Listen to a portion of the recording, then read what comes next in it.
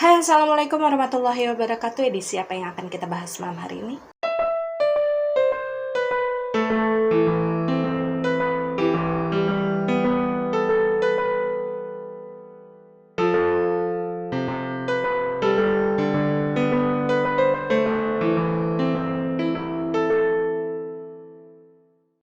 Dan yang malam hari ini kita akan kembali masuk ke dalam edisi Rekam Misteri, dan cerita yang akan sama-sama kita dengarkan malam hari ini adalah kisah yang dikirimkan oleh seseorang yang ingin disebut namanya sebagai Andi. Dan beliau memang secara khusus meminta agar identitasnya dirahasiakan karena beliau ini ingin privacy anaknya ya, nanti yang ada hubungannya dengan cerita di dalam ini terjaga. Pokoknya nanti kalian akan tahu lah apa alasannya setelah kalian menyimak cerita ini sampai selesai. Dan disclaimer dulu untuk kalian yang baru pertama kali menonton channel YouTube ini, bahwasanya edisi Rekam Misteri adalah edisi di mana sama-sama kita akan bisa mendengarkan kisah-kisah dari teman-teman kita yang ada di luar sana yang mengirimkan kisah mereka melalui email yang ada di description box. Dan secara khusus di sini saya juga ingin mengucapkan mohon maaf ya kalau misalkan ada cerita-cerita kalian yang belum terambil untuk diceritakan di channel YouTube ini, karena memang khususnya saya menginginkan mengambil sebuah cerita yang memang bisa saya rasakan energinya. Jadi memang benar-benar harus saya filter karena saya pengen cerita ini nantinya energinya itu bisa tersampaikan kepada kalian semua. Jadi di sini saya berharap kalian bisa maklum dan bisa mengerti ya.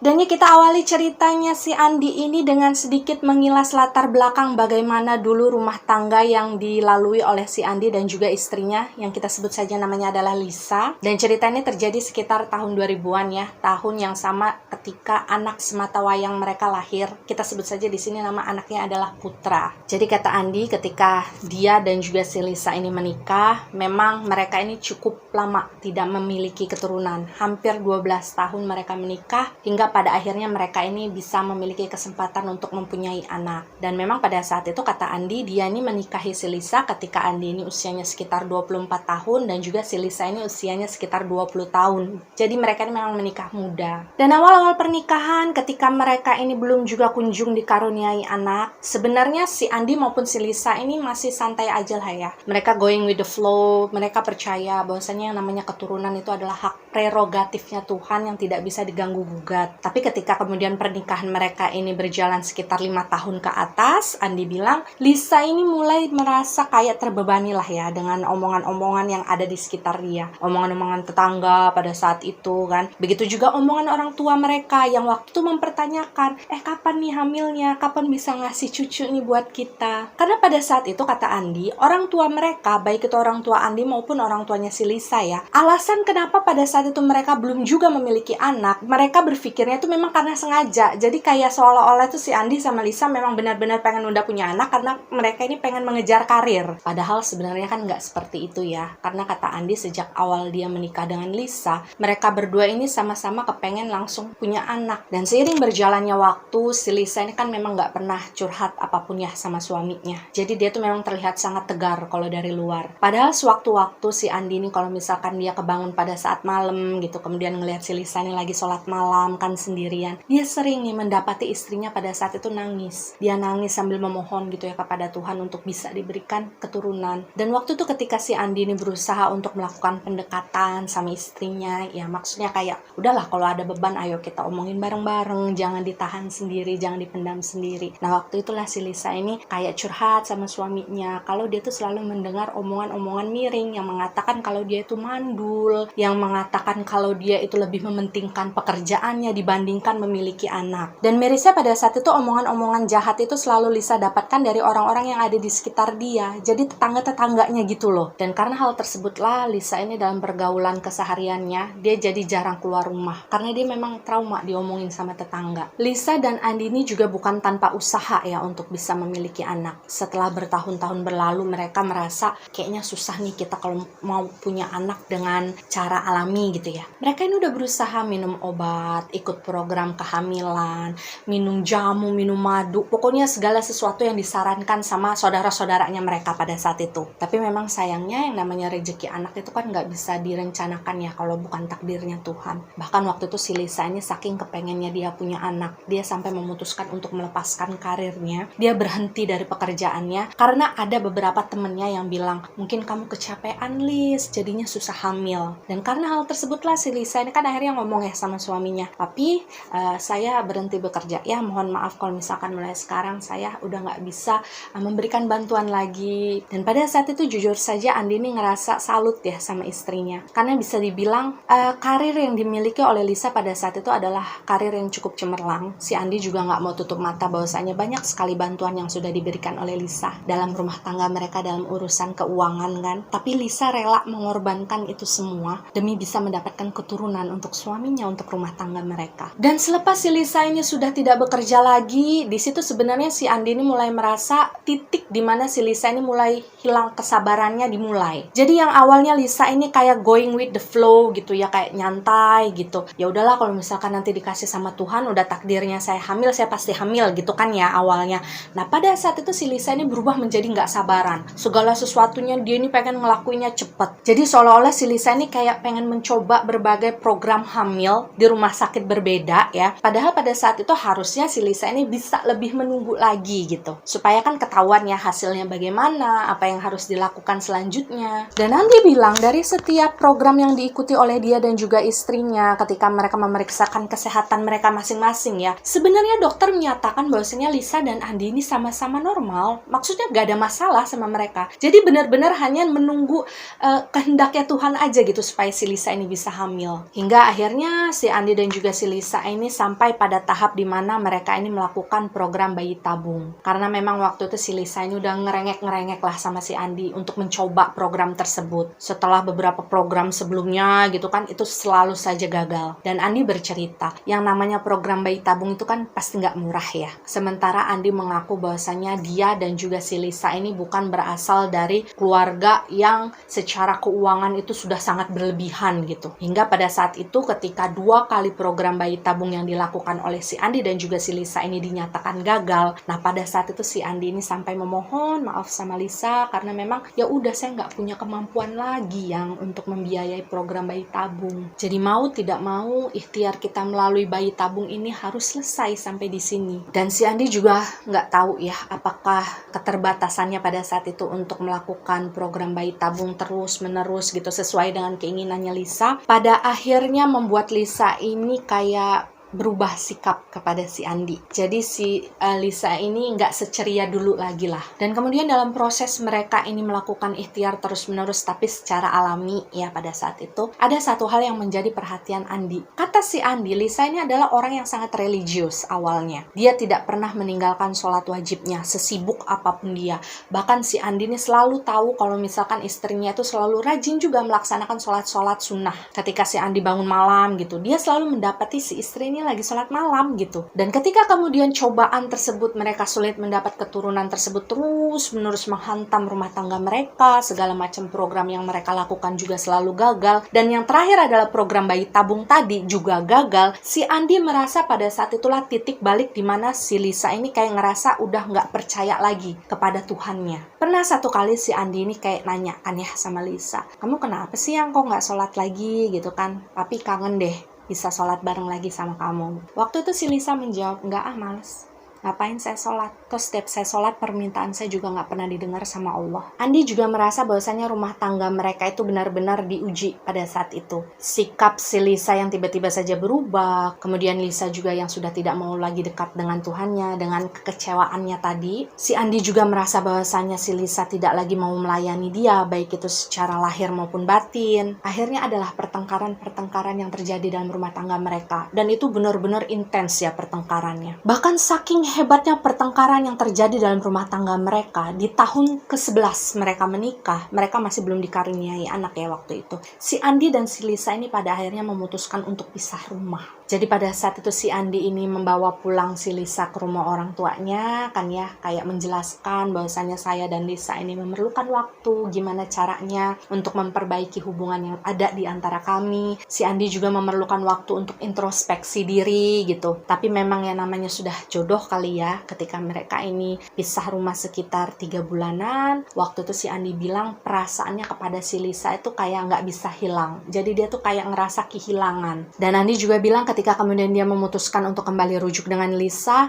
dia dan Lisa ini sudah memiliki satu kesepakatan bahwasannya sejak saat mereka rujuk lagi waktu itu, kita nggak boleh ya bahas-bahas yang berhubungan lagi dengan yang namanya kepengen punya anak, usaha pengen punya anak atau bagaimana. Karena pada saat itu si Andi bilang dia sudah sampai di titik sangat pasrah. Ibaratnya kalau memang Tuhan sudah tidak ingin memberikan dia dan Lisa ini keturunan, ya udah nggak apa-apa. Yang penting saya bisa melalui kehidupan saya sampai nanti saya tua itu bersama si Lisa. Dan ajaibnya ketika mereka ini kemudian rujuk, beberapa bulan setelah rujuk ya, itu hampir ulang tahun pernikahan mereka yang ke-12 tahun pada saat itu, si Lisa kemudian dinyatakan hamil. Jadi itu benar-benar kehamilan yang terjadi secara alami tanpa ada bantuan program dari dokter atau apapun itu. Jadi kalian bisa bayangkan seberapa bahagianya si Andi dan juga Lisa waktu itu kan. Setelah 12 tahun mereka menikah, nggak punya anak, diomongin kanan kiri, selalu mengalami kegagalan di dalam setiap program-program yang mereka jalani. Tapi pada akhirnya ketika mereka sudah sampai di titik pasrah, mereka membiarkan segala sesuatunya terjadi dengan apa adanya, si Lisa justru hamil. Dan Andi pun bercerita proses kehamilan yang dilalui oleh si Lisa pada saat itu memang agak merepotkan. Jadi si Lisa ini mengalami morning sickness yang cukup parah. Dan karena waktu itu kehamilan Lisa ini adalah kali pertama kan bagi si Lisa maupun si Andi juga yang belum punya pengalaman sebelumnya. Lalu mereka ini tinggal di sebuah tempat yang sama-sama jauh dari orang tua masing-masing. Jadi memang nggak ada yang bisa ngawasin. Jadi di sana si Andi ini benar-benar ngerasain lah awal-awal ketika dia harus ngeladenin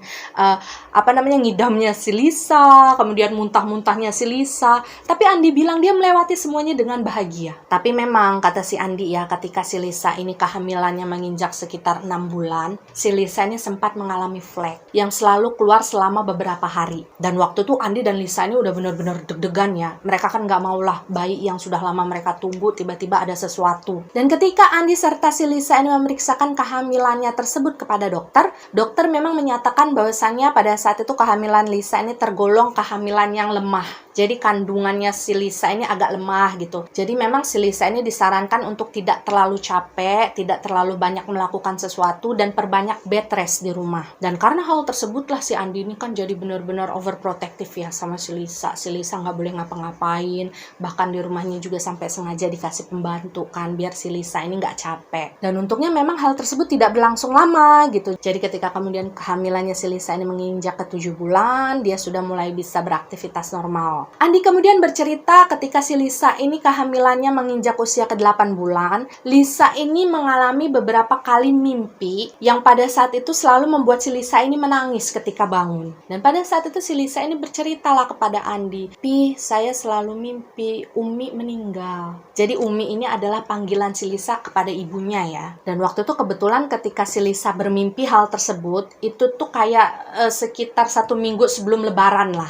Dan waktu itu sebenarnya kata si Andi, dia dan si Lisa ini sudah sepakat, kita Lebaran ini jangan kemana-mana dulu ya. Ya karena itu tadi sih, si Lisa kan gak boleh kecapean, kan takut kehamilannya kenapa-napa. Si Andi ini kepengennya saat Lebaran ya udahlah kita di rumah aja, kita nerima tamu yang datang ke rumah. Dan mereka pada saat itu memang sudah izin ke orang tua masing-masing. Kayak kulon-won lah, kita gak bisa silaturahmi dulu karena si Lisa dalam keadaan seperti ini. Tapi karena pada saat itu mimpi yang dialami oleh si Lisa ini kan datangnya beberapa kali gitu ya. Jadi perasaannya si Lisa sebagai seorang anak pada saat itu tuh kayak gak enak. Apalagi memang posisinya waktu itu ibunya si Lisa, si Umi itu kayak udah gampang sakit-sakitan gitu loh. Dan Andi ini kayak ngerasa apa ya, meskipun si Lisa ini gak ngomong kalau dia pengen ketemu Umi gitu, cuma gak tahu kenapa si Andi ini selalu ngelihat si Lisa ini kayak murung gitu ya setiap hari setelah dia mendapatkan mimpi tersebut. Akhirnya ditanyalah sama si Andi, karena dia gak tega ngelihat istrinya kayak gitu kan,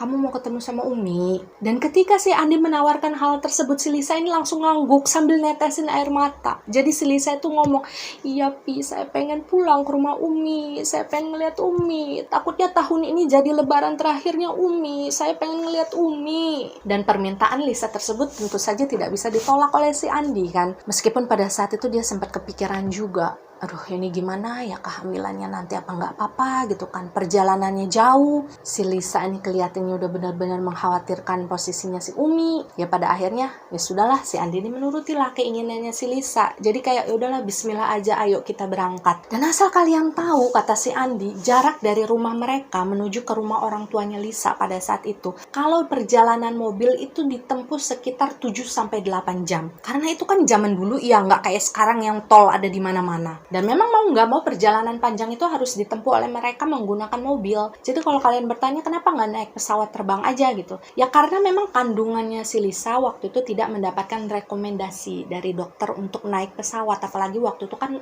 usia kandungannya udah tergolong tua ya. Dan kenapa nggak naik kereta aja gitu. Si Andi bilang nggak ada jalur kereta yang pada saat itu mampir nih ke wilayah tempat di mana orang tuanya si Lisa ini tinggal. Jadi memang mau nggak mau, suka nggak suka, ya satu-satunya jalur yang bisa mereka lalui pada saat itu ya jalur darat dari jalanan aspal gitu. Maksudnya mereka harus naik mobil. Kemudian Andi ini bercerita dia baru mendapatkan hari libur menjelang lebaran itu sekitar di H-3. Dan di H-3 tersebut si Andi ini memang sudah berencana yang kita pulang di H-3 nih ya. Jadi paginya nanti papi ke kantor dulu, nyelesain beberapa surat-surat. Nanti setelahnya agak siang baru nih kita mulai perjalanan. Tapi kan yang namanya perjalanan kayak gitu kan seperti biasa pasti selalu molor waktunya ya. Ada aja perasaan yang bikin waktu itu terulur lagi.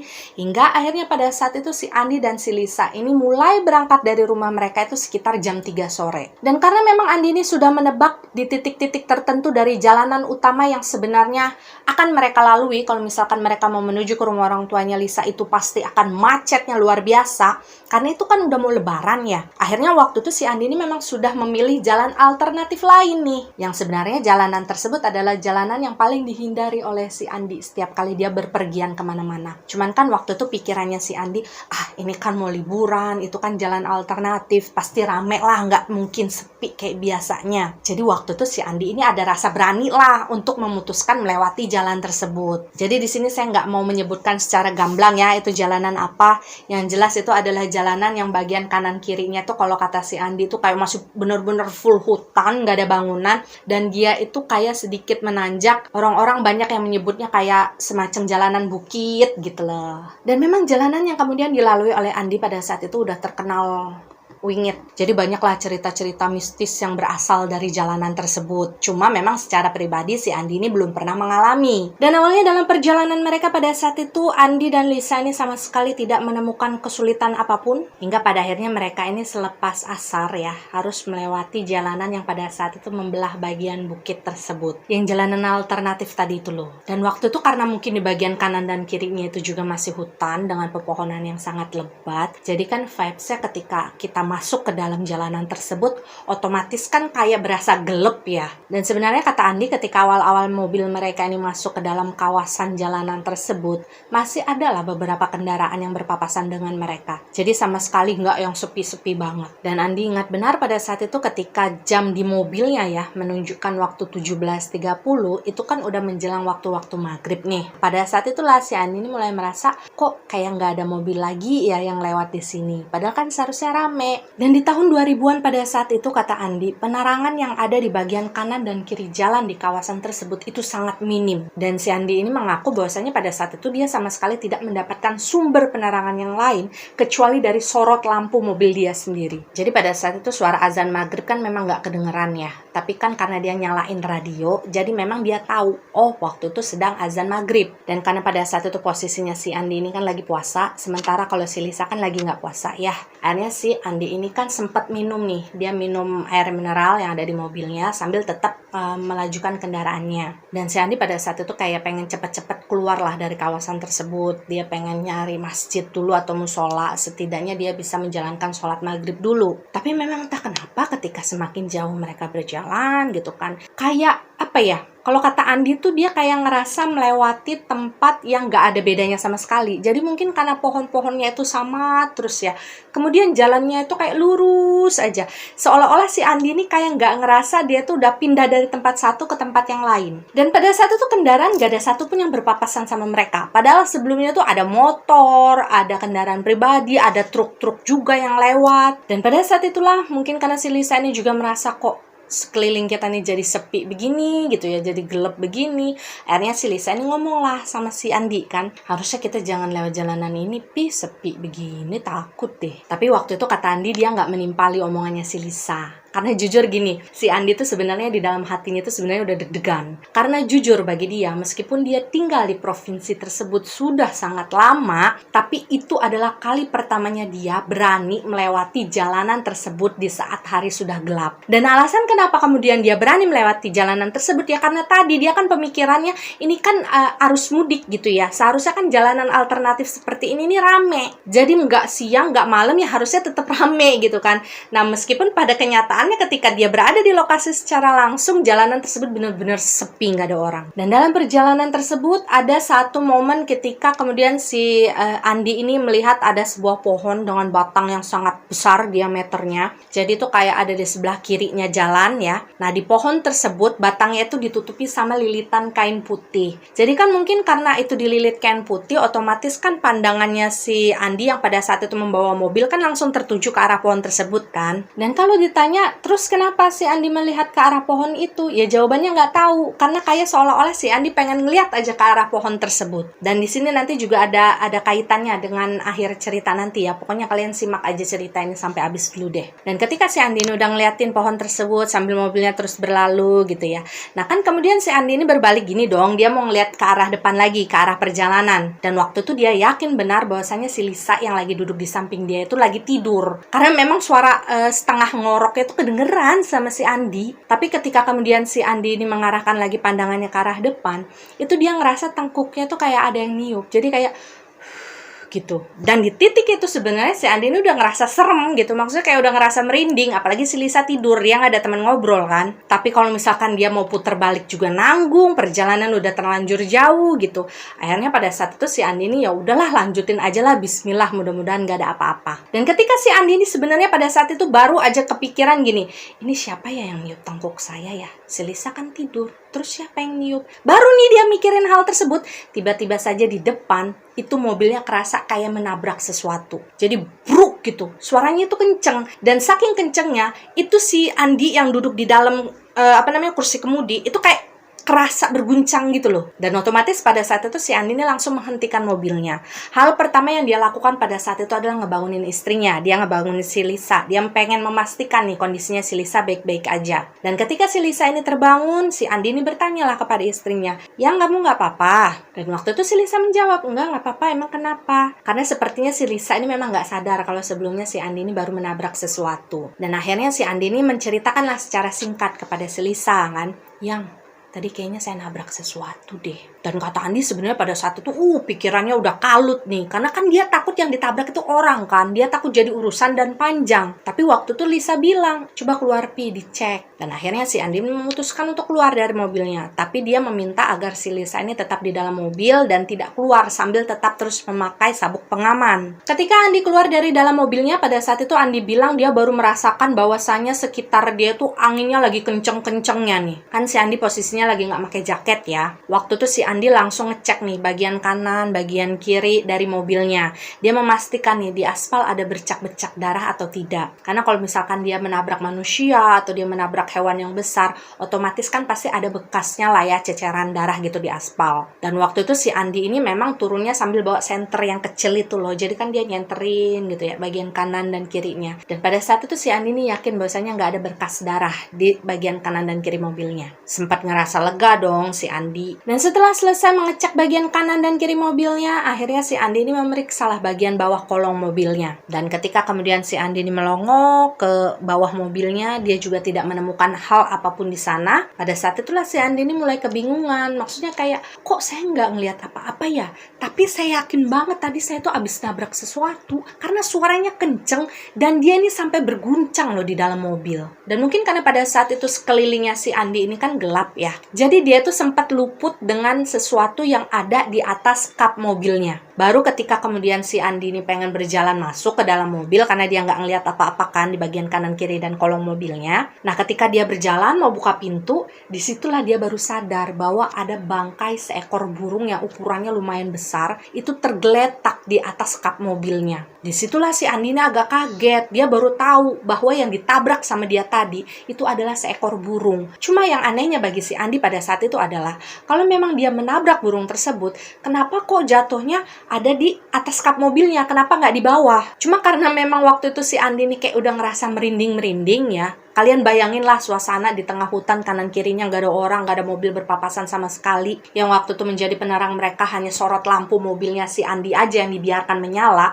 Akhirnya pada saat itu si Andi ini berusaha untuk berpikir cepat aja lah. Akhirnya diambillah bangkai burung tadi sama si Andi kan. Dia ambil dari atas kap mobilnya, kemudian dia pinggirkan, dia tepikan di pinggir jalan. Jadi dia kayak meletakkan bangkai burung itu di atas rerumputan gitu loh. Karena memang si Andi ini bilang ya, pada saat itu dia nggak kepikiran sama sekali pengen nguburin bangkai burung tersebut. Yang pertama karena memang dia nggak punya alatnya kan. Buat ngegali tanah kan susah kalau nggak ada alatnya. Yang kedua karena memang dia udah merinding, dia udah takut lama-lama di sana. Setidaknya pada saat itu si Andi mikirnya, yaudahlah yang penting saya pinggirin supaya nggak kelindes sama pengendara yang lain kalau misalkan ada yang lewat. Dan ketika kemudian si Andi ini sudah selesai meminggirkan bangkai burung tersebut, persis ketika si Andi ini baru aja berjalan pengen masuk ke dalam mobilnya, tiba-tiba aja dia mendengar suara si Lisa ini nangis histeris. Kaget kan si Andi waktu itu, dia buru-buru masuk dan nanya sama si Lisa, "Kenapa yang?" Dan waktu itu si Lisa nunjukin daerah selangkangannya ya, itu air ketubannya pecah.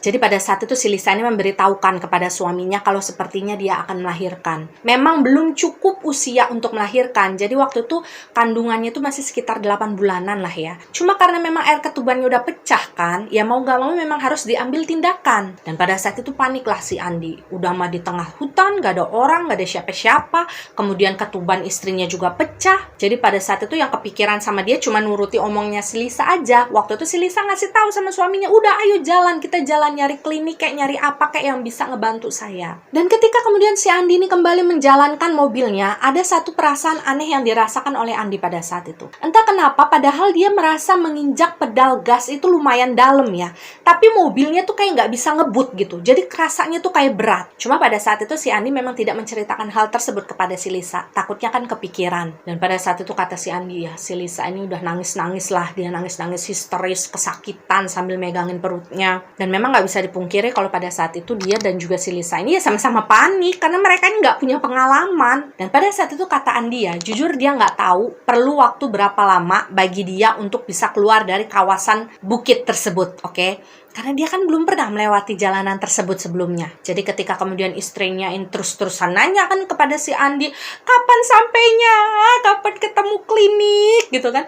Ya si Andi ini nggak bisa jawab karena dia nggak tahu. Dan dia yakin betul bahwasanya sepanjang perjalanan yang dia lalui dan akan dia lalui yang kelihatan di depan sana gitu ya, dia nggak melihat hal apapun. Dia nggak melihat keramaian, dia nggak melihat cahaya lampu, dia nggak melihat kendaraan. Tapi entah bagaimana ceritanya, tiba-tiba saja si Lisa pada saat itu menarik tangannya, menarik lengannya yang lagi megang setir, sampai pada saat itu mobil itu hampir oleng lah. Tapi untungnya memang si Andi bisa menguasai mobilnya dengan cepat, mereka bisa berhenti dengan aman gitu di pinggir jalan. Dan waktu itu si Andi ini sempat ngerasa agak kesel gitu sama istrinya, "Kamu ngapain narik-narik, bahaya," gitu. Nah pada saat itulah si Lisa ngomong, "Itu di situ banyak rumah orang, udahlah kita berhenti aja di situ dulu, kita minta tolong, saya udah nggak kuat, Pi." Dan waktu si Lisa ngomong seperti itu, si Andi ini kayak ngerasa, rumah siapa? Karena sepengetahuan dia ketika dia nyetir, dia kan pasti ngelihat arah depan sana dong.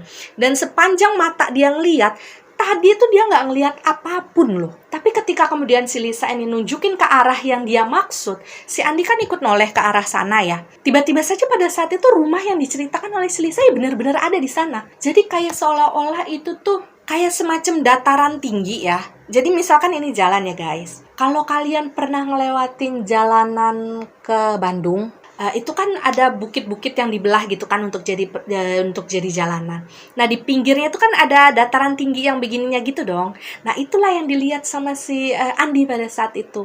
Jadi kayak ada dataran tinggi. Nah di atas dataran tinggi tersebut tiba-tiba aja kayak muncul ada beberapa rumah yang ada lampu-lampunya, tapi lampunya itu kayak dibuat dari lampu tempel gitu loh. Cuma memang pada saat itu posisinya kayak ngumpet di dalam pepohonan-pepohonan gitu ya. Jadi kayak sekilas-sekilas aja gitu kelihatannya, nggak muncul secara gamblang. Dan waktu itu si Andi ini masih bergulat dengan logika dan pikirannya. Saya nggak ngeliat itu ada rumah deh tadi. Kok itu tiba-tiba ada rumah di situ? ini beneran apa enggak sih? Dia masih berpikir seperti itu. Waktu itu si Lisa langsung ngebentak si Andi. Aduh cepetan dong, Pi, gitu. Dan karena pada saat itu si Andi udah ngeliat istrinya sangat panik kan, kesakitan pula. Akhirnya mau nggak mau si Andi ini ya sudahlah mengalah gitu. Dia berusaha menganggap, oh mungkin tadi pas di perjalanan saya halu aja kali, jadi rumah-rumah warga itu nggak kelihatan. Jadi pada saat itu si Andi ini menepikan mobilnya. Jadi dia menepikannya ke arah yang memang berlawanan ya dengan jalur yang seharusnya. Cuman kan si Andi ini berpikir, waktu itu lagi sepi ini gitu kan, pasti nggak ada yang terganggu lah dengan letak mobil saya. Apalagi waktu itu si Andi ini benar-benar mepetin mobilnya banget dengan tebing yang ada di sebelahnya. Dan waktu itu dia turun lah dari mobil sambil membawa si Lisa keluar. Posisinya pada saat itu si Lisa ini benar-benar udah dipapah dia ya, karena si Lisa ini udah kesakitan luar biasa. Dan waktu itu ada beberapa anak tangga di tebing yang naik itu kayak ada anak tangga yang dibikin secara alami gitu loh, jadi bukan buatan mesin, jadi kayak benar-benar digali pakai tangan satu-satu gitu. Nah si Andi dan si Lisa pada saat itu naikin tangga-tangga tersebut, dan sebelum mereka ini sampai betul-betul ke atas, kemudian mereka ini bertemu dengan seorang mbok-mbok. Kenapa mbok-mbok? Si Andi ini memanggil beliau mbok karena memang kelihatannya perempuan tersebut usianya sudah cukup sepuh lah ya.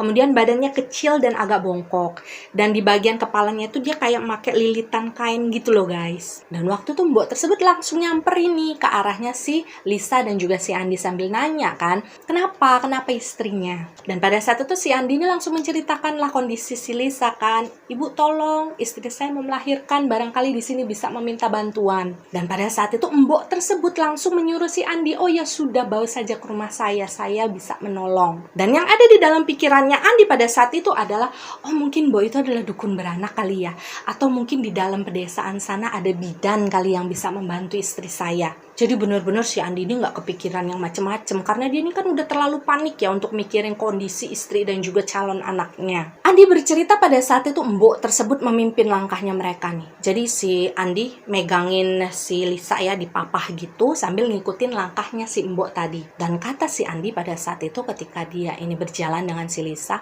jadi kayak ada rumah-rumah kecil kan di pinggir jalanan yang mereka lalui sambil jalan kaki tersebut, dan rumahnya tuh dibuat kayak dari geribik gitu loh. Dan ketika mereka ini berjalan, satu persatu dari orang yang tinggal di rumah mereka masing-masing itu kayak keluar terus berdiri ngeliatin mereka gitu. Jadi si Andi ini ada rasa gak enak sendiri, kayak rasa malu gitu ya ketika dia jalan tapi diliatin sama orang-orang yang ada di sana. Jadi kayak gini nih bayangan kalian ya, si Andi, Lisa jalan dan orang-orang yang pada keluar dari rumah mereka masing-masing tuh kayak berdiri ngeliatin gini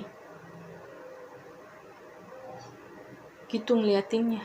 Jadi kayak benar-benar nol ekspresi aja. Dan pada saat itu kata si Andi, mbok tersebut membawa mereka ke sebuah rumah yang sama-sama terbuat dari geribik juga. Waktu itu hanya ada lampu tempel yang menjadi sumber penerangan mereka kan pada saat itu. Jadi memang kalau secara muka si Andi ini nggak bisa melihat terlalu jelas gimana sosok mbok tersebut gitu kan, gimana sosok orang-orang yang waktu itu lagi nontonin mereka. Dan ketika dibawa masuk ke dalam rumah tersebut, si mbok ini membiarkan si Lisa ini kayak berbaring di atas tanah tapi yang sudah dilapisi sama tikar. Waktu itu si Andi kan gak meninggalkan Lisa sama sekali ya. Dia benar-benar megangin si Lisa gitu kan. Akhirnya si mbok itu bilang sama si Andi, tunggu sebentar, nanti anak laki-laki saya yang akan datang menolong istri kamu. Dan gak lama dari situ, kalau kata si Andi, kemudian keluar ada sosok laki-laki kayak setengah baya gitulah ya usianya. Ya mungkin gak terlalu jauh lah sama si Andi usianya. Dia hanya memakai kayak semacam penutup di bagian bawah badannya saja. Jadi dia gak pakai atasan, kayak telanjang dada gitu ya. Kemudian dia tuh kayak keluar muncul dari balik geribik yang ada di ruangan tengah. Jadi ruangan tengah mereka tuh kayak dipisahkan sama geribik, kemudian nggak ada pintu. Jadi kayak cuma ditutup sama tirai gitu loh. Dan kata Andi ketika pertama kali dia melihat sosok laki-laki tersebut, ada rasa merinding di hatinya. Karena waktu itu dia langsung dipelototin sama laki-laki tersebut. Kan pada saat itu si Andi nggak tahu ya salahnya apa, kok tiba-tiba dia datang langsung dipelototin. Cuma pada saat itu si mbok tadi meyakinkan sama si Andi kan, udah nggak apa-apa gitu, anak saya memang seperti itu. Dan waktu itu sebenarnya si Andi ini kayak udah kepikiran pengen pulang aja apa ya, maksudnya kayak udahlah pergi aja dari sini deh, kayaknya nggak enak deh suasananya begini. Dan niatnya si Andi tuh udah hampir keucap dari mulutnya. Dia tuh udah kayak pengen pamit aja lah dari situ, pengen ngebawa istrinya lagi. Cuma ketika dia belum sempat ngomongin hal tersebut, laki-laki tersebut udah ngomong gini sama si Andi. saya bisa nolongin istri kamu, tapi bayarannya mahal. Dan karena waktu itu si Andi ini merasa bahwasanya, ya sudahlah, istri saya juga kayaknya udah nggak kuat lagi kalau misalkan dia harus turun jalan lagi nyari klinik yang lain kan. Semahal-mahalnya persalinan di situ kan, nggak mungkin lebih mahal dari di rumah sakit yang ada di kota lah gitu kan. Akhirnya si Andi ini menyetujui lah, dia menyanggupi, dia menjawab, ya sudah nggak apa-apa, mahal juga pasti saya bayar. Jadi pada saat itu si Andi ini bahkan sama sekali tidak menanyakan berapa mahalnya tuh berapa gitu. Dan setelah mendapatkan kesanggupan dari si Andi, akhirnya laki-laki tersebut benar-benar duduk bersila di depan, mohon maaf ya, kakinya si Lisa yang sudah disuruh ngangkang gitu kan karena dia mau melahirkan. Dan waktu itu posisinya si Andi ini duduk bersila juga, tapi di posisi dimana kepalanya si Lisa ini rebahan. Jadi bagian kepala sampai pundaknya si Lisa ini ada di pangkuannya si Andi. Dan alhamdulillahnya kata si Andi, dia menyaksikan pada saat itu si Lisa ini sama sekali nggak harus ngeden. Jadi dia sama sekali effortless saat melahirkan. Dia sama sekali nggak ngerasain kesakitan saat melahirkan. Jadi ketika si Lisa ini ngebuka kedua kakinya, disuruh tarik nafas nih sama laki-laki tersebut ya, itu si bayinya yang di dalam perut itu langsung plung gitu keluar. Bahkan ketika bayinya itu nangis keluar gitu ya, si Lisa ini sampai nanya ke suaminya, "Pih, bayinya udah lahir?" Karena memang dia ngerasa sama sekali belum mengejan. Dan waktu itu si Andi ini kan kepikirannya, oh alhamdulillah persalinan istri saya ini dipermudah gitu. Ada satu momen ketika kemudian si Mbok tadi itu mencuci bayinya si Andi. Jadi si Mbok itu mencuci kayak di semacam apa sih ya, kayak gentong gitu, tapi bagian atasnya tuh udah dipecahkan. Jadi dia kayak bak gitu ya bentuknya. Bayinya tuh dimandikan, dibersihkan di situ. Dan si Andi ngeliat kok, dia ngeliat dengan jelas. Kemudian dia juga ngelirik ke arah laki-laki yang tadi membantu persalinan. Dia lagi cuci tangan di air kucuran yang gak jauh dari tempat dimana si Lisa ini melahirkan. Dan waktu itu si Andi kembali berpikir nih, karena dia ngeliat semua orang kan sibuk ya dengan urusan mereka masing-masing. Jadi di situ tuh kayak otaknya si Andi ini kayak memiliki kesempatan lagi untuk memikirkan ulang segala sesuatunya. Waktu itu si Andi ini mikir gini, ini beneran gak sih rumah-rumah ini ada di sini? Soalnya perasaan tadi saya nggak ngeliat apapun loh di jalan. Saya yakin semuanya gelap. Kok tiba-tiba Lisa ngeliat ada rumah, ketika dia nunjuk, tiba-tiba saya juga bisa ngeliat ada perumahan di sekitar sini. Dan dia nggak pernah tahu kalau di dalam bukit tersebut ada rumah, ada kawasan perumahan orang-orang yang tinggal di situ. Dan kalau misalkan itu adalah rumah-rumah baru gitu, maksudnya yang baru dibangun di sana, mungkin baru dibuka sama penduduk sekitar gitu kan, kok rasanya kayak nggak mungkin juga ya. Karena ketika kemudian si Andi ini melihat gitu ke sekeliling rumah tersebut, itu bangunannya kayak bangunan yang udah puluhan tahun berdiri, tahu nggak? Jadi kayak dindingnya itu kan dari geribik, tapi geribiknya tuh yang udah kayak lapuk gitu loh guys. Jadi kan nggak mungkin kalau misalkan rumah itu adalah rumah yang baru dibangun, tapi geribiknya, kayu-kayu pancangnya itu udah pada lapuk begitu, udah pada lumutan. Dan di dalam diamnya si Andi memikirkan itu semua. Dia ini sebenarnya udah kayak ada rasa-rasa nggak enak. Jadi waktu itu di dalam hatinya tuh kayak ngomong, ini kayaknya ada sesuatu yang nggak beres deh. Tapi kemudian nggak lama si Mbok tadi ya, setelah dia selesai membersihkan bayinya si Andi dan juga si Lisa, dia menyerahkan bayi tersebut kepada si Andi, dikasih gitu, sambil memberikan sebuah plastik yang isinya adalah ari-ari. Jadi ari-ari bayi tersebut ya. Dan ada satu hal yang kemudian baru disadari oleh si Andi ketika kemudian dia menerima bayinya dari tangan Mbok tadi adalah waktu itu dia mencium aroma kapur barus yang sangat kuat dari tubuh si Mbok tadi. Dan kalau kalian nggak tahu seperti apa aroma kapur barus itu adalah aroma yang kadang bisa kita cium ketika ada jenazah yang baru dikafani. Nah, seperti itulah baunya. Nah, waktu itu jantungnya si Andi tuh langsung tek gitu. Bener ini kayaknya ada yang gak beres. Tapi pada saat itu dia belum ngomong apa-apa ya. Jadi masih dia disimpan di dalam hatinya sendiri. Karena dia takut salah ucap. Nah, saat itu ketika dia sudah menerima bayinya di tangannya dia juga sudah menerima ari-ari anaknya yang disimpan di dalam plastik tadi di tangannya juga. Pada saat itu si Andi kan mengangkat kepalanya ya. Dia baru menyadari, saya merinding nih. Dia baru menyadari bahwasanya di sela-sela jendela yang ada di rumah tersebut, dia melihat banyak sekali wajah-wajah orang yang sedang mengintip. Jadi mengintip prosesnya si Lisa tadi melahirkan. Dan dari semua orang yang mengintip melalui jendela tersebut, kata Andi, mukanya tuh benar-benar muka dingin. Jadi mukanya tuh kayak gini nih. Dan karena memang sudah merasa bahwasanya apa yang ada di sekitarnya itu adalah sesuatu yang ganjil bagi si Andi, akhirnya pada saat itu si Andi ini sedikit berbisik kepada si Lisa. Yuk pelan-pelan kita jalan balik lagi ke mobil, jangan lama-lama di sini. Nah waktu itu si Lisa yang sepertinya tidak merasakan keanehan yang dirasakan oleh Andi, kan bertanya sama suaminya, emang kenapa Pi? Kita istirahat dulu aja sebentar di sini. Cuma waktu itu kata si Andi, enggak, kita istirahatnya nanti aja. Dan karena memang si Lisa ini enggak curiga gitu kan ya, akhirnya dia nurut lah sama suaminya kan. Dia perlahan bangun gitu, berdiri kan, dia berjalan ke arah pintu.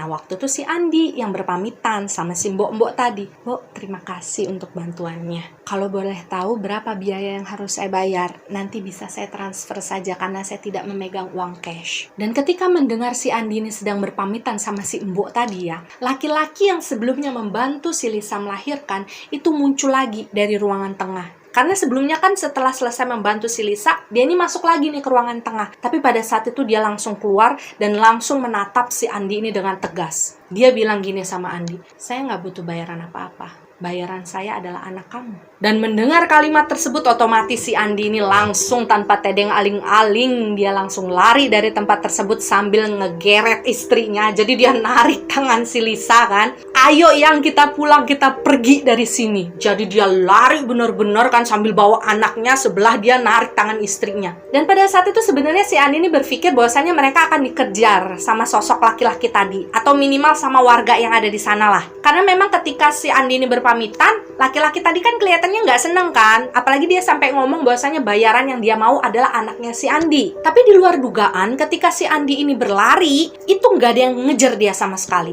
Jadi ketika mereka ini sampai di tangga buatan tadi itu loh, ketika mereka ini mau turun, mau kembali lagi ke mobil mereka, si Andi ini kayak sempet nengok sebentar kan, karena dia ngerasa aneh, ini gue beneran nih nggak ada yang ngejar. Dan waktu itu kata si Andi, ketika dia nengok tadi ya, dia cuma ngeliat orang-orang. Jadi tuh ada orang-orang banyak berdiri di samping-samping rumahnya si mbok tadi, tempat si Lisa melahirkan, cuma sambil menatap kosong ke arah si Andi dan Lisa. Jadi mereka tuh cuma kayak gini aja berdiri. Nggak mencegah, nggak memanggil, apalagi melarang. Tapi satu wajah yang tidak pernah bisa dilupakan oleh si Andi pada saat itu adalah wajah laki-laki tadi yang membantu Lisa. Cuman kan pada saat itu karena si Andi ini berpikirnya dia takut kenapa-napa kan sama istri, apalagi sama anak yang baru dia dapatkan setelah bertahun-tahun berumah tangga. Ya udah si Andi bodo amat lah pada saat itu. Dia langsung membantu istrinya turun, dia memasukkan istrinya ke dalam mobil dan menyuruh istrinya itu megangin anaknya, sementara dia langsung nyetir mobilnya dengan ngebut. Dan singkat cerita, kata si Andi pada saat itu dia berusaha untuk memacu mobilnya secepat yang dia bisa. Dia pengen cepat-cepat keluar dari kawasan tersebut. Yang pertama karena dia takut, dan yang kedua adalah karena memang dia ini kepengen istri dan anaknya ini mendapatkan pertolongan medis lah gitu ya. Maksudnya barangkali ada apa-apa gitu. Dan waktu itu kata Andi, kalau tepatnya sih dia nggak ingat berapa lama, tapi mungkin sekitar setengah jam kemudian, si Andi ini baru ngeliat ada mobil lagi nih, mobil lain yang berpapasan sama dia. Jadi kayak wush gitu, ada motor, ada truk. Nah waktu itulah si Andi ini perasaannya udah mulai tenang. Padahal pada saat itu kondisinya udah semakin malam loh.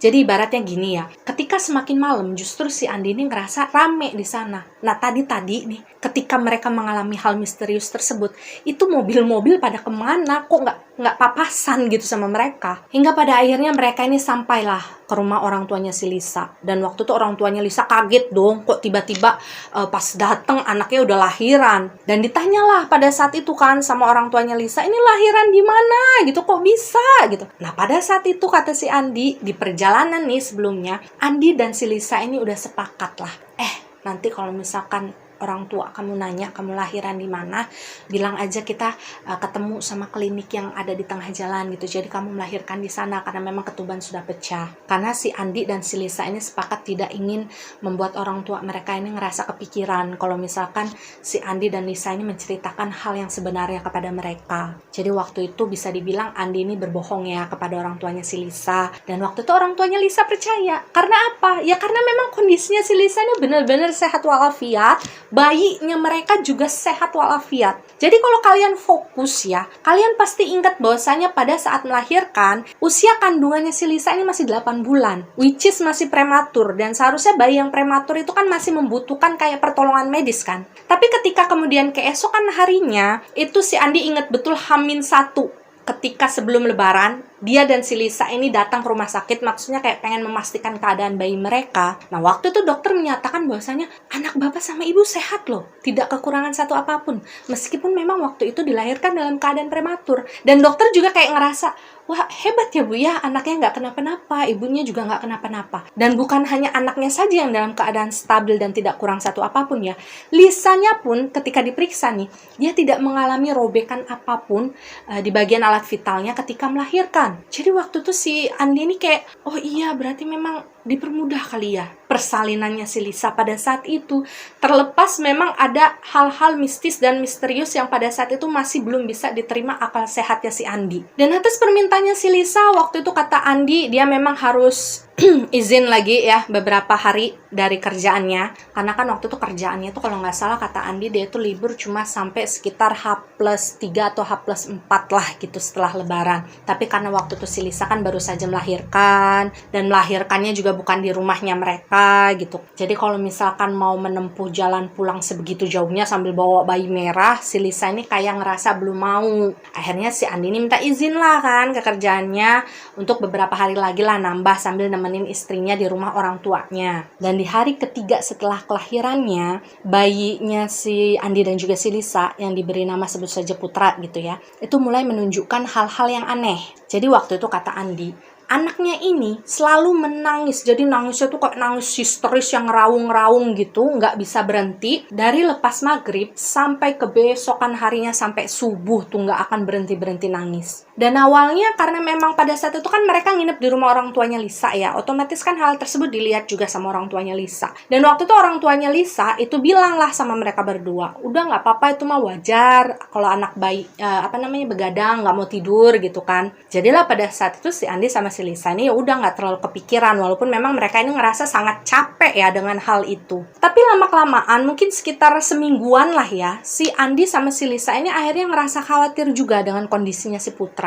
Karena gini, Putra itu setiap nangisnya tuh nangis yang benar-benar histeris gitu, yang suaranya sampai habis, yang kalau dia nangis itu kulit badannya tuh jadi biru gitu. Dan matanya waktu itu yang sudah mulai bisa membuka sedikit, itu kayak naik semua matanya, jadi yang kelihatan itu bagian putihnya doang. Dan akhirnya pada saat itu dibawalah Putra ini ke rumah sakit kan, untuk memastikan ada apa, takutnya ada komplikasi karena dia dilahirkan prematur. Tapi ketika dia dibawa ke rumah sakit, diperiksa segala macam ini itu, enggak apa-apa, sehat-sehat aja. Ketika dibawa ke rumah sakit itu tuh anteng, si Putra benar-benar anteng. Tapi ketika kemudian mereka pulang gitu kan, gitu lagi nangis sampai kejor-kejor, sampai matanya berubah putih semua, badannya sampai biru. Nah disitulah kemudian orang tuanya si Lisa ini memutuskan untuk memanggil salah satu kenalan mereka, yang kita sebut saja di sini namanya adalah Uwak Pande. Jadi memang dipanggilnya Uwak. Kalau menurut si Andi, Uwak Pande itu sebenarnya adalah kenalan dari papahnya si Lisa, sebut saja namanya Om Romi ya.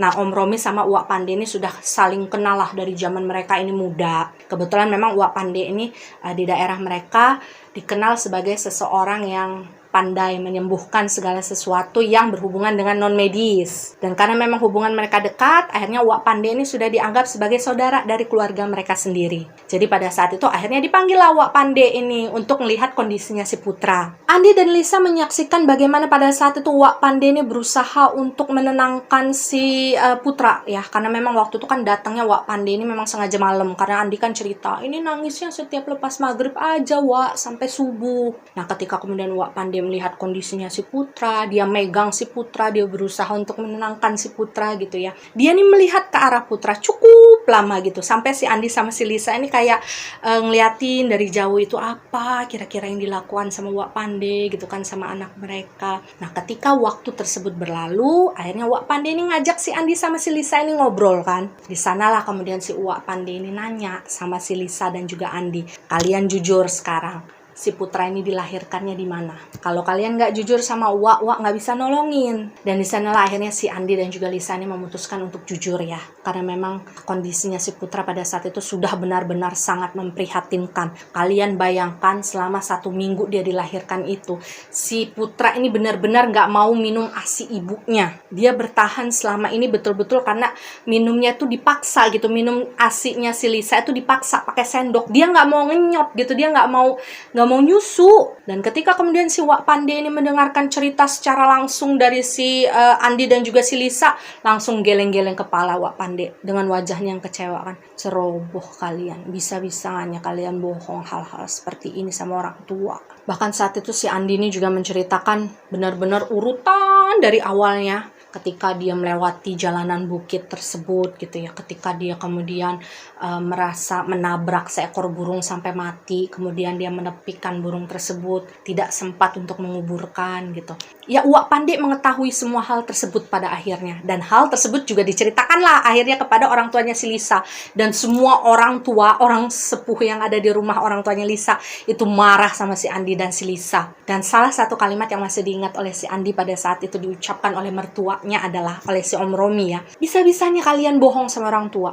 Bisa mati anak kalian nanti kalau kalian gak jujur kayak gitu. Dan kata Andi setelah dia selesai dimarah-marahin gitu ya sama orang-orang tua yang ada di rumah orang tuanya si Lisa, pada akhirnya mereka ini bicara lah secara serius. Sementara si Putra ini masih digendong sama si Lisa di kamarnya. Jadi kayak masih berusaha diantengin, masih berusaha untuk disusuin kan. Nah pada saat itu ada dua hal yang disarankan oleh si Wak Pande untuk si Andi dan juga keluarganya. Yang pertama adalah Wak Pande bilang, nanti ini ya, selepas dari malam hari ini, selepas ritual yang mau dilakukan sama Wak Pande, Putra tolong dirawat di rumah sakit. Jadi meskipun memang secara penyakit si Putra ini bukan sakit yang medis, tapi secara fisik si Putra butuh pertolongan medis. Karena kan memang sudah beberapa hari kan si Putra itu nggak mau nyusu dari ibunya, tidur juga nggak lelap. Jadi mau tidak mau si Putra memang harus ikut dirawat dalam dunia medisnya. Kemudian hal kedua yang disarankan oleh Wak Pande adalah semua anggota laki-laki dari keluarga tersebut, yang pada saat itu adalah si Andi, Om Romi, dan juga si Wak Pande, karena yang lainnya kan perempuan ya. Jadi ketiga laki-laki tersebut harus pergi ke tempat di mana si Lisa melahirkan. Jadi mereka harus kembali ke titik di mana Lisa melahirkan pada saat itu, di tengah-tengah jalan bukit tersebut ya. Untuk apa? Untuk menanamkan ari-arinya si Putra di sana. Dan pasti pada saat itu si Andi kaget dong. Dia sampai nanya ke Wak Pande, apa hubungannya kok ari-ari anak saya harus dikuburkan di sana? Karena memang setelah si Putra dilahirkan, ari-arinya si Putra itu sudah dikuburkan bersama sebuah kendi gitu. Jadi kan kalau kita nguburin ari-ari kan biasanya dimasukkan ke dalam kendi yang ada tutupnya kan ya guys. Nah itu tuh udah dikuburin di halaman belakang rumah orang tuanya si Lisa. Jadi memang mau nggak mau pada saat itu Wak Pande menyuruh si Andi ini untuk menggali lagi kuburan ari-ari tersebut untuk diambil ari-arinya, jadi sama si kendi-kendinya, dan nantinya akan dipindahkan, dikuburkan di tempat di mana si Lisa melahirkan. Kenapa demikian? Disinilah si Wak Pande menjelaskan. Yang pertama, Wak Pande menjelaskan kepada Andi bahwasanya rumah yang kalian datangi pada saat itu bukan rumah manusia. Itu adalah kawasan jin beranak pinak. Dan ketika Wak Pande ngomong seperti itu, kata Andi, dia ini sempet kayak adu argumen gitu ya sama Wak Pande. Enggak, Wak, itu rumah orang, beneran. Orang dia nolongin gitu kan. Cuma pada saat itu Wak Pande ngomong lebih tegas lagi kan. Kamu nurut sama orang tua, dengerin, itu bukan rumah manusia, kamu salah masuk. Dan waktu itu Wak Pande menjelaskan lagi kepada si Andi. Burung yang kamu tabrak sampai mati, itu adalah salah satu hal yang membuat jin di sana itu ngerasa marah. Karena menganggap burung tersebut adalah bagian dari keluarga mereka. Dan kamu yang nabrak sampai mati. Walaupun memang situasinya pada saat itu si Andi ini tidak sengaja. Dan hal kedua yang dijelaskan oleh Wak Pande adalah tempat di mana si Lisa melahirkan pada saat itu sejatinya hanyalah bagian dari semak belukar di dalam hutan tersebut. Meskipun memang kalau misalkan dilihat secara mata batin, yaitu memang betul-betul rumah, tapi rumah jin, bukan rumah manusia. Dan sebenarnya waktu itu ketika si Andi ini nabrak burung tersebut sampai mati ya, burung tersebut ternyata ada pemiliknya. Dan pemiliknya adalah si jin tadi yang tinggal di sana. Terlepas dari apakah burung tersebut bagian dari dimensi gaib atau dimensi nyata ya, tapi yang jelas pemilik dari burung tersebut marah karena burungnya ditabrak mati oleh si Andi. Dan awalnya jin yang ada di sana pengen minta ganti nih, karena kan ibaratnya mati ya dibalas sama mati, hidup dibalas sama hidup, nyawa dibalas sama nyawa. Nah hal yang pengen diambil oleh jin tersebut sebenarnya adalah anaknya si Andi, jadi bayi yang ada di dalam kandungannya si Lisa. Itulah kenapa pada saat itu mungkin tebakan saya adalah secara energi, si Lisa ini kayak dipaksa mengalami kontraksi. Kalau misalkan kalian nggak percaya, nggak apa-apa, terserah. Yang jelas adalah gini, yang namanya entitas, yang namanya residual energi, mereka ini bisa menciptakan energi juga. Energi yang baik itu positif ataupun itu negatif terhadap kita yang dituju oleh mereka. Dan hal tersebutlah yang terjadi kepada Lisa. Jadi secara fisik si Lisa ini diserang gitu ya, supaya energinya mungkin waktu itu dibuat supaya kontraksi itu terjadi lebih awal, hingga kemudian pada akhirnya memaksa si Lisa ini melahirkan lebih dulu dari HPL-nya. Dan penjelasan Wak Pande yang ketiga adalah darah kelahirannya si putra itu sudah terlanjur menetes di tanah para jin yang beranak pinak tadi loh, di perkampungannya mereka. Jadi secara ikatan batin, secara ikatan emosional, si putra itu sudah terjalin dengan para penduduk yang ada di sana. Jadi secara tidak langsung si putra ini kayak merasa ya rumah dia tuh ada di sana, bukan bersama orang tuanya. Itulah kenapa si putra ini selalu menangis selepas maghrib sampai dengan subuh. Karena kan jam kelahiran dia adalah selepas maghrib kan. Dia ngerasa bahwa kehidupannya tuh ya ada di sana, makanya dia tuh nangis. Dan alasan kenapa selama ini si putra ini nggak mau nyusu sama ibunya, itu karena si putra ini kayak menganggap bahwasanya pada saat itu Lisa itu bukan ibu secara ikatan batinnya. Jadi ibaratnya si bayi itu nggak ngerasa nyaman dengan sentuhan ibunya sendiri. Itulah kenapa kemudian Wak Pande ini meminta agar ari-arinya si putra itu dikuburkan di tempat di mana si Lisa melahirkan. Karena ari-ari itu adalah bagian terpenting dari seorang bayi. Bisa dibilang itu adalah kembaran sejiwanya gitu ya, dalam wujud yang lain. Karena memang jin yang pada saat itu menginginkan sosok si putra itu pengen punya sesuatu bagian dari dirinya si putra yang tinggal bersama mereka. Mudah-mudahan kalian kebayang ya dengan penjelasan ini. Nah, waktu itu karena memang tidak mungkin rasanya kalau mereka menyerahkan si putra kepada jin-jin tersebut, otomatis apa nih? Bagian dari dirinya si putra yang bisa mereka berikan. Ya tidak ada lain, tidak ada bukan ya ari-arinya itu tadi. Itulah kenapa Wak Pande akhirnya memutuskan untuk menanamkan ari-ari tersebut di tempat si Lisa melahirkan. Dan kata Wak Pande, itu pun untung karena jin-jin tersebut mau digantiin sama ari-ari, bukan bayinya. Karena di dalam kasus tertentu ada loh jin yang nggak mau menerima hal lain kecuali apa yang mereka inginkan. Kalau mereka maunya si bayi itu, ya bayi itu yang diambil sama mereka. Dan karena memang sudah melalui berbagai tahap negosiasi yang dilakukan oleh Wak Pande secara gaib, ya komunikasi secara gaib kepada sosok-sosok jin yang ada di sana, pada akhirnya mereka mau digantikan nih. Ya udah, tanamkan aja ari-arinya di sini. Akan kami rawat seperti anak kami sendiri. Jadi istilahnya Wak Pande ini pengen mengembalikan ikatan batinnya si putra yang selama ini nyangkut di sana gitu ya.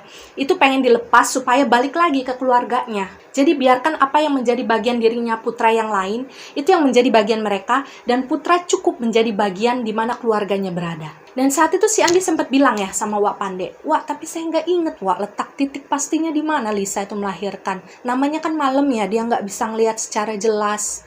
Lagi pula pohon-pohon yang ada di sekitar mereka tuh kelihatannya kayak sama semua." Dan waktu itu si Wak Pande bilang, "Nggak apa-apa, nanti selepas maghrib kita mulai perjalanan, kita bawa putra, kita bawa Lisa. Nah nanti kita saat menyusuri jalan nih, di jalan tertentu ketika si putra ini berhenti menangis, berarti di sanalah titik di mana si Lisa ini melahirkan." Dan waktu itu kata si Andi ya, ketika dia mendengarkan satu persatu penjelasan yang diberikan oleh Wak Pande kepada dia, sebenarnya ada kayak rasa nggak percaya gitu di dalam dirinya. Karena gini, selama ini dia hidup, dia nggak pernah mengalami hal-hal aneh seperti ini yang berhubungan dengan dunia-dunia mistis.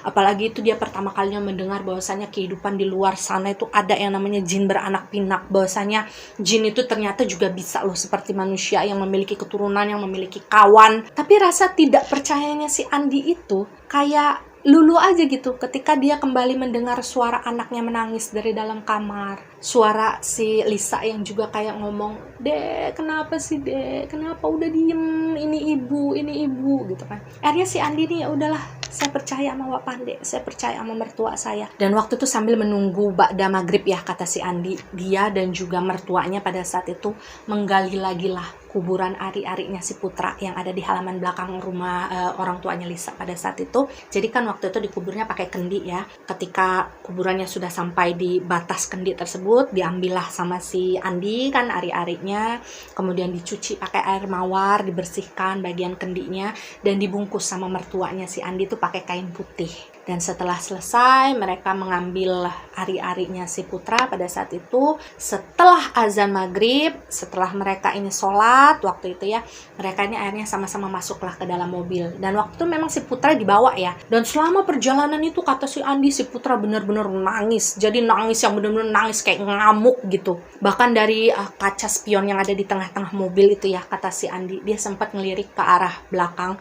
Jadi waktu itu posisinya si Lisa itu duduk sama si Wak Pande di jok belakang, sementara si Andi itu duduk bersebelahan sama mertuanya. Jadi pada saat itu dari kaca spion itu dia ngeliat si Lisa ini ikutan nangis karena anaknya nggak mau diem, dia sedih. Dan Andi bercerita ketika mereka ini mulai memasuki kawasan hutan tersebut, malam itu sedang terang bulan ya, jadi tidak segelap ketika hari dimana si Lisa waktu itu melahirkan. Dan waktu itu masih ada beberapa kendaraan yang berpapasan dengan mereka. Dan pada saat itu kata si Andi, jujur satu hal yang paling dia ingat dalam perjalanan tersebut adalah keberadaan sebuah pohon besar yang pada saat itu kan batangnya dililit sama kain putih. Kalau kalian fokus di awal saya sudah menceritakan. Dan pada saat itu yang Andi ingat adalah tidak lama jaraknya setelah melewati pohon yang dililit kain putih tersebut.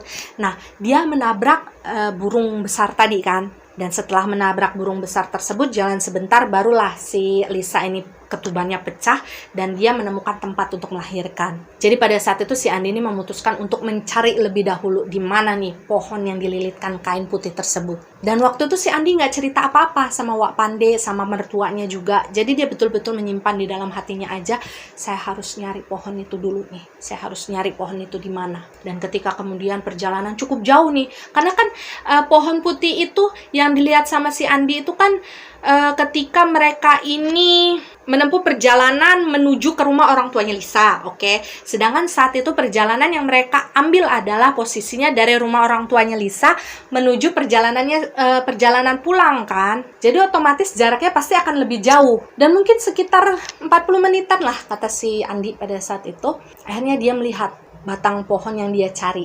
Dia melihat pohon besar itu yang dililit sama kain putih. Dan ketika dia sudah melihat batang pohon tersebut, si Andi ini langsung menepikan mobilnya dan dia putar balik. Dan ketika dia putar balik tersebut, Wak Pande sempat nanya, kenapa putar balik? Dan di sanalah si Andi menjelaskan, iya Wak, saya ingat sekali dengan pohon tersebut. Karena ketika saya berangkat menuju rumah orang tuanya si Lisa nih, pohon tersebut kelihatan nih dengan mata saya. Dan tidak lama setelah saya melihat pohon tersebut, saya menabrak burung. Dan tidak lama setelah saya menabrak burung, ketubannya si Lisa pecah. Dan kemudian kami menemukan tempat tersebut. Jadi waktu itu ketika si Andi ini sudah putar balik, dia melewatilah arah pohon yang dililit kain putih tadi. Akhirnya dia mulai melambatkan laju mobilnya. Karena dia benar-benar pengen nyari ini, di mana ya lokasinya gitu kan. Hingga kemudian ketika laju mobil mereka ini hampir melewati sebuah tikungan landai, di sana semua orang yang ada di dalam mobil itu langsung terdiam ketika mendengar suara tangisan si putra itu berhenti. Jadi benar-benar berhenti. Aneh kan? Yang awalnya si putra nangis, tiba-tiba langsung diam. Dan pada saat itu si Andi ini kayak ngerasa, ini yang benar bisa seperti ini. Dan dia pengen ngecek nih, dia pengen memastikan. Dia melewatilah tempat tersebut. Dia ngelewatin. Dan gak jauh setelah dia melewati tikungan landai tersebut gitu ya, agak jauh sedikit, nangis lagi si putra. Nangis lagi dong, nangis gitu. Dan akhirnya pada saat itulah si Andi mulai yakin, ternyata di tempat tersebutlah si Lisa melahirkan. Dan ketika si Andi kemudian berputar balik, dia kembali menuju ke tempat di mana si putra tadi diam, berhenti menangis. Akhirnya si Andi pun memutuskan untuk menghentikan mobilnya di sana. Karena si Wak Pande juga bilang, berarti di sini kita harus menguburkan ari-arinya si putra. Jadi pada hari itu sebelum turun dari dalam mobil ya, Wak Pande ini sudah berpesan dulu kepada si Lisa. Lisa sama putra tetap di dalam mobil, jangan keluar sampai nanti Wak, Andi, sama Bapak masuk lagi ke dalam mobil. Jadi memang ritual yang akan mereka lakukan pada malam hari itu tidak mengikut sertakan si Lisa dan juga si putra ya. Singkatnya si Andi bercerita ketika mereka sudah sama-sama turun dari mobil, mereka sudah membawa perlengkapan yang akan mereka gunakan dalam ritual sederhana tersebut. Seperti kayak ubo rampe gitu loh, kayak bunga 7 rupa gitu, kayak dupa ya. Kemudian si Andi juga membawa secara khusus kendi yang berisi ari-ari si putra pada saat itu yang sudah dibungkus dengan kain. Sementara mertuanya pada saat itu membawa selembar tikar yang sudah digulung. Mereka ini naiklah ke atas tebing yang bukit tadi tuh loh, yang ada tangga yang dibuat secara alami itu loh guys. Mereka bertiga naik melalui tangga tersebut kan, dan ketika mereka sudah sampai di ujung, di atas dari tebing itu, si Andi ini ngomong lah sama Wak Pande, saya pertama kali bertemu dengan seorang embok-embok di titik sini.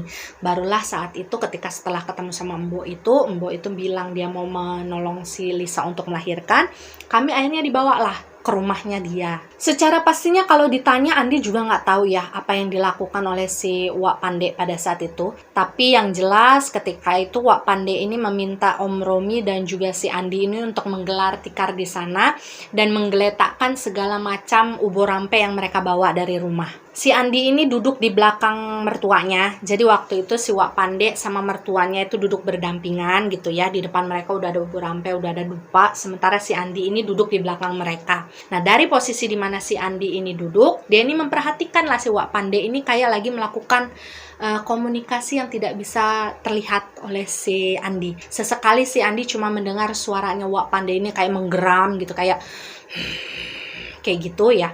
Kemudian diem lagi, nanti menggeram lagi, sambil ekspresi mukanya tuh kayak benar-benar serius. Dan percaya nggak percaya, kata si Andi, meskipun malam itu anginnya sangat kencang kemudian dingin, itu keringetnya Wak Pande itu sebesar biji-biji jagung pada ngalir dari keningnya dia. Dan setelah selesai melakukan katakanlah komunikasi gaib tersebut, akhirnya Wak Pande ini bilang sama si Andi dan juga sama Om Romi, kalian berjalan sebentar ke depan, di sanalah nanti kita akan mengubur ari-arinya si Putra. Jadi waktu itu setelah selesai membereskan lagi peralatan ritual mereka kan, mereka bertiga ini akhirnya berjalan lah, mungkin sekitar 1 atau 2 meter dari jarak awal di mana mereka melakukan ritual. Jadi ketika mereka berhenti, Wak Pande ini langsung bilang sama si Andi, kita kuburkan di sini ari-ari.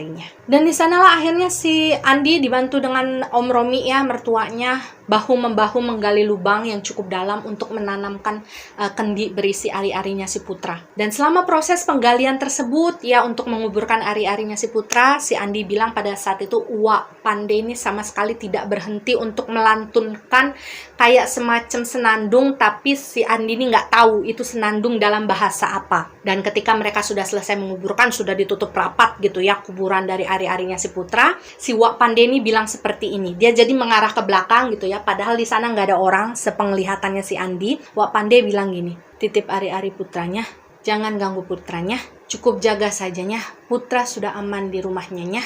Dan si Andi nggak tahu ya itu logat apa, karena itu baru pertama kali dia dengar sebelumnya. Dan setelah selesai melakukan hal tersebut, si Wak Pande ini bilang sama si Om Romi dan juga si Andi, kalian berdua kembali duluan ke mobil. Saya masih mau menyelesaikan sedikit lagi ritual yang memang harus saya selesaikan sampai di sini. Jadi pada saat itu si Andi dan juga mertuanya ini yang menurutilah permintaannya Wak Pande. Mereka berdua ini lebih dulu kembali ke mobil. Dan ajaibnya ketika kemudian si Andi serta Om Romi ini sampai di mobil, mereka masuk gitu ya. Ketika mereka membuka pintu, hal pertama yang pada saat itu Andi lihat adalah Putra, anaknya ya, itu sedang menyusu dengan lahap. Dan pada saat itu sambil berkaca-kaca ya, si Lisa ini ngomong sama Andi, "Pih, Putra udah mau nyusu, Putra udah nggak nangis lagi." Jadi memang kata Andi, momen tersebut adalah momen dimana dia betul-betul merasa segala sesuatu yang ada di dalam hatinya yang selama ini membebani dia ya, itu kayak lepas begitu aja. Dan sambil menunggu kedatangan Wak Pande pada saat itu, akhirnya kan si Andi ini duduk lah ya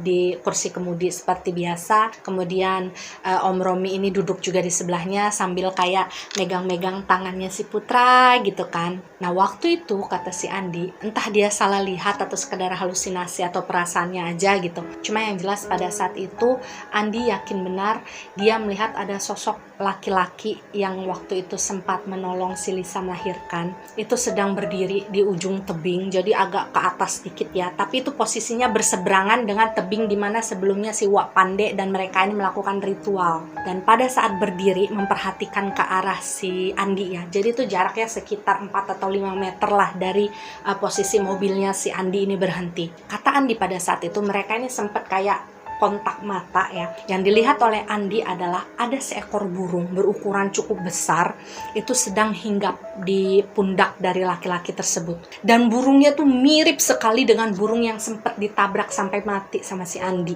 Jadi pada saat itu laki-laki tersebut sempat melihat ke arah si Andi, tapi ekspresinya sudah berubah.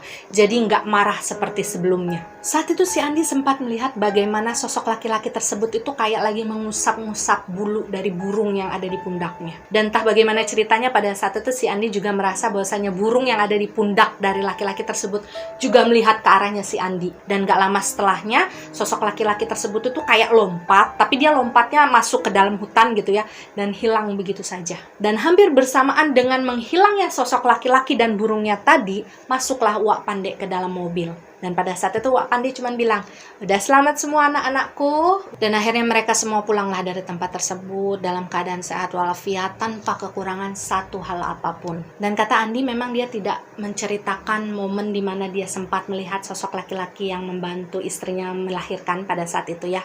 Baik itu kepada istrinya, kepada Wak Pande maupun kepada mertuanya. Tapi kalau ditanyakan apakah kemunculan laki-laki tersebut ada hubungannya atau tidak dengan ritual yang sudah selesai mereka lakukan pada saat itu, ya Andi juga sebenarnya nggak tahu ya. Yang jelas bagi Andi waktu itu dia sudah cukup merasa puas, dia sudah cukup merasa bersyukur ketika melihat memang kondisinya si putra ini benar-benar kembali seperti halnya bayi kebanyakan gitu, yang doyan tidur, yang doyan nyusu. Dan dalam perjalanan pulang, pada akhirnya Om Romi ini mempertanyakanlah kepada si Wak Pande, apa yang kalian obrolin ketika ritual tersebut terjadi gitu kan, apa yang terjadi dalam komunikasi gaib tersebut. Dan akhirnya Wak Pande ini menjelaskan kepada si Lisa, Andi dan juga Om Romi. Tapi awalnya Wak Pande ini bilang dulu lah sama si Andi dan si Lisa, kalian harus berbesar hati mulai sekarang karena si putra ini sebagian dari dirinya sudah menjadi bagian dari keluarga jin yang ada di sana. Karena kan ari-ari si putra sudah ditanam di sana, dan ari-ari itu kan sampai kapanpun akan menjadi ibaratnya kayak bentuk lain dari diri seorang manusia. Dan Wak Pande juga menjelaskan bahwasanya burung yang ditabrak mati oleh si Andi pada saat itu bukanlah burung sembarangan. Itu adalah perwujudan dari punggawa mereka. Jadi punggawa para masyarakat yang tinggal di perkampungan jin tersebut ya. Jadi ketika kemudian burung tersebut tidak sengaja ditabrak mati oleh si Andi, para penduduk yang ada di perkampungan tersebut itu sebenarnya kayak marah gitu loh. Itulah kenapa kemudian mereka ini seperti pengen minta ganti kan. Dan sebenarnya awalnya mereka ini minta gantinya adalah baiknya si Andi, karena Andi kan yang nabrak. Cuma karena negosiasi dari Wak Pande, ini itu kan, pada akhirnya jin-jin tersebut kayak ya sudahlah nggak apa-apa, tapi berikan kami bagian dari anak tersebut supaya ada bekasnya nih si anak ini ya, yang bisa tinggal di tempatnya mereka. Jadi kalau bahasanya si Wak Pande ya titip ari-ari itu tadi, ari-arinya si putra yang akan tinggal dan katakanlah hidup di sana, sementara si putranya yang akan tetap hidup bersama keluarganya di dimensi manusia. Itu terlepas kalian percaya atau tidak ya, itu sudah kembali kepada kepribadian kalian sendiri, mau percaya atau tidak itu haknya kalian lah. Dan Andi tidak bisa memungkiri kalau misalkan pada saat itu ada kekhawatiran sendiri di dalam hatinya. Apakah hal yang dilakukan Wak Pande tersebut nantinya tidak akan mengganggu masa depannya putra gitu kan ketika dia nanti sudah dewasa atau bagaimana? Cuma waktu itu Wak Pande menjawab, enggak, udah aman semuanya. Putra akan tumbuh seperti anak-anak biasanya. Hanya saja mungkin nanti ketika dia sudah mulai bisa bicara, dia mulai sudah bisa berinteraksi, akan ada hal yang berbeda dari anak kalian yang tidak sama dengan anak-anak yang lainnya. Tapi percayalah sama Wak, sesuatu yang berbeda itu bukanlah sesuatu yang nantinya akan merugikan si putra di masa depannya. Dan ketika si putra ini sudah berusia sekitar 6-7 tahun, akhirnya terjawablah apa yang dimaksud oleh Wak Pande. Jadi kan waktu terus berlalu gitu ya. Andi dan Lisa ini juga sudah hampir bisa melupakan masa-masa kelam tersebut gitu kan. Mereka hidup selayaknya keluarga yang bahagia. Dan ketika kemudian si putra ini sudah bisa bicara, sudah mulai bisa berkomunikasi. Jadi kalau kata Andi gini, si putra ini sempat mengalami telat bicara.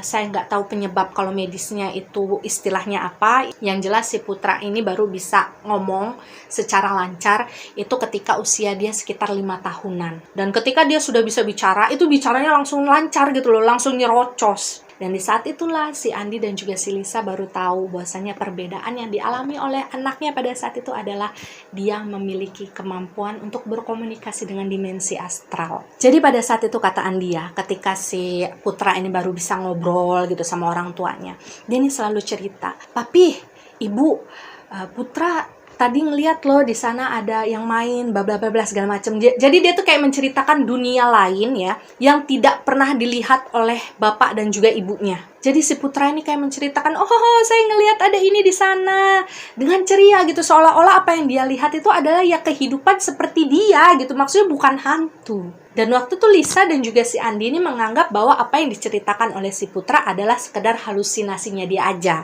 Karena kan awalnya si Lisa dan juga Andi ini nggak tahu nih kalau anaknya punya kelebihan seperti itu. Barulah ketika kemudian si Andi dan juga si Lisa ini adalah ya momen ketika mereka ini lagi balik kampung ke rumah orang tuanya si Lisa. Pada saat itu mereka kan ketemu lagi sama Wak Pande. Si putra juga ketemu lagi sama Wak Pande. Dilihatlah sama si Wak Pande nih, oh iya si putra ini punya kelebihan. Jadi kalian jangan kaget, cukup dibimbing aja supaya si putra ini tetap berada di jalan yang benar. Nah mulai saat itulah akhirnya si Andi sama si Lisa ini mempercayai apa yang diceritakan oleh si putra, apa yang dikatakan oleh si putra gitu kan. Tidak lagi menganggap si putra ini sebagai seseorang yang aneh gitu kan karena sering ngobrol sendiri atau bagaimana. Karena Andi bilang ya, segala sesuatu yang berasal dari Tuhan, kelebihan ataupun kekurangan, harus diterima dengan lapang dada. Dan itulah yang dia lakukan terhadap putranya. Seiring berkembangnya si putra gitu kan, kemudian kemampuannya itu justru semakin tajam juga, dia dan istrinya sepakat bahwasanya ya sudah, kita membiarkan si putra hidup apa adanya, tanpa sekalipun kita memperlakukan si putra ini sebagai seseorang yang berbeda. Supaya nantinya si putra ini tidak menjadi anak yang minder karena dia ngerasa diri dia aneh. Hingga kemudian ketika si putra ini berusia sekitar 11-12 tahun,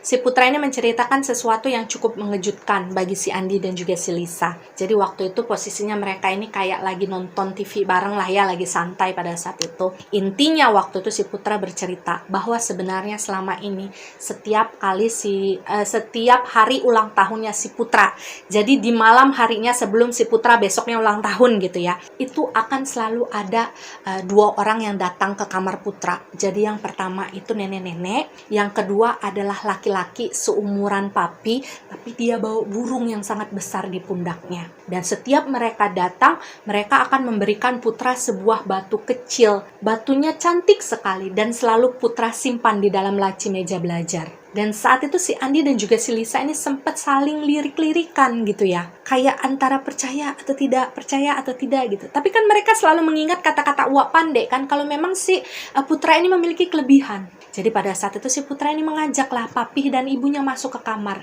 Dia membuka laci meja belajarnya dan dia benar-benar menunjukkan ada beberapa butir batu kecil. Jadi kalau kata si Andi itu diameternya mungkin paling sekitar 6 mm lah ya. Warnanya tuh kayak warna kulit manggis, tapi kalau misalkan kita sorot di bawah sinar lampu itu kayak transparan warna ungu. Nah pada saat itu si putra nunjukin, "Ini ibu, ini papi, batu-batunya saya kumpulin di sini."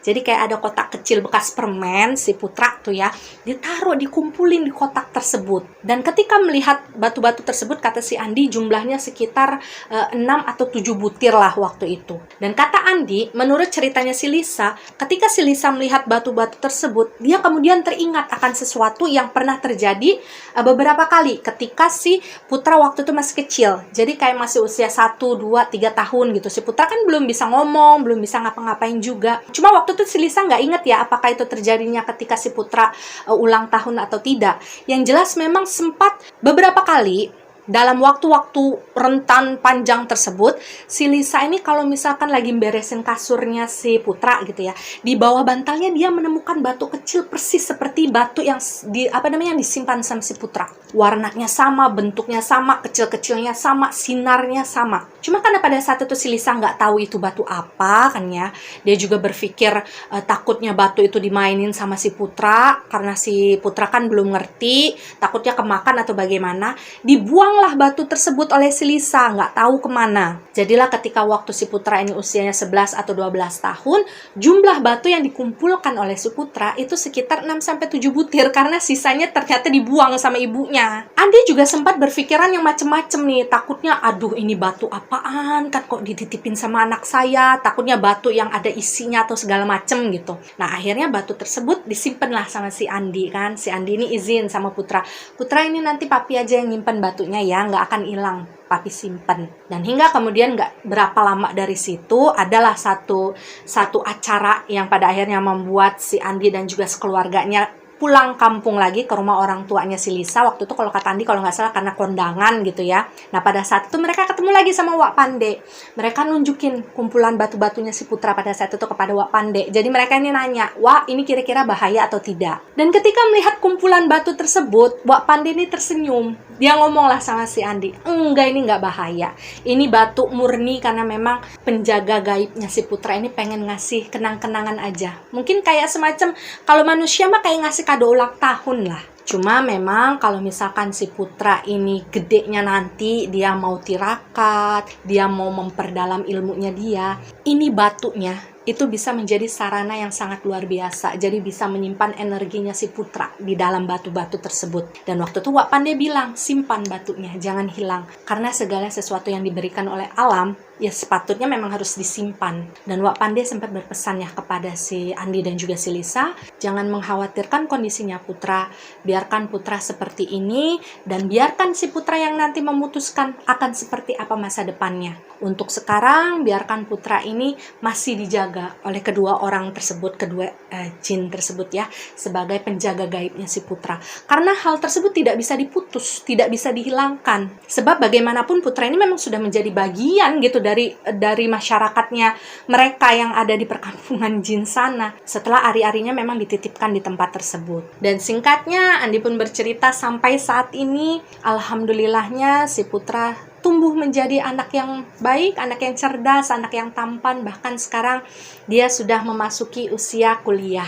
Dan memang kata Andi, waktu itu tidak terasa sama sekali ya, berjalan dengan sangat cepat. Rasanya baru seperti kemarin mereka mengalami hal tersebut. Mereka berjuang untuk mempertahankan kehidupannya si Putra dengan melakukan segala sesuatu yang sebenarnya tidak bisa diterima oleh akal sehatnya si Andi dan juga Lisa.